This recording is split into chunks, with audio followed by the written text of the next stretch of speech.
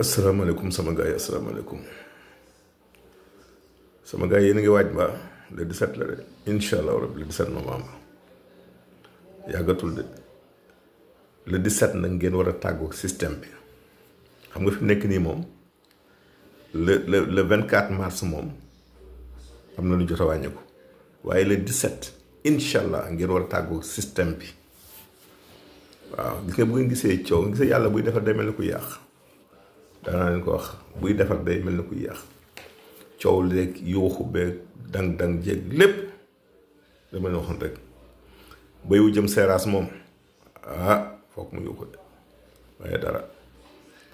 yëf yi moom motti leen na àgg rek lii daal moom dama leen waxoon rek dafa am lu ñu doon xëcc di ko yóotu muy bañ ñuy daw si ginnaawam muy bañ muy Mamadou Dia moo la ci man leen lan la ci woon si Mamadou Dia ñu ngi koy xaar si Ousmane Sonko ak tey ñu naan Ousmane Sonko bu Diomaye kon sama gars yi lii ngeen tàmbali na rafet rek liggéey day àgg na mu teele woon gaaw fajar rek ma leen waxoon xale yu gont mottali na mag ñi teel a jóg xale yu gont mottali incha allahu rabbi bu leen bàyyi moom daal victoire bu leer naa ñi set wicc waaw bale day set bi yoon raxas rek raxas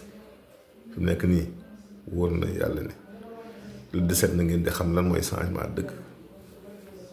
le 17 bu fi gars yi jógee complètement bañ tegaat Sénégal si raay ngeen xam ne dëkk bi na soppeeku de incha allah rabbi sama gars yi nawoon fa woon jaajëf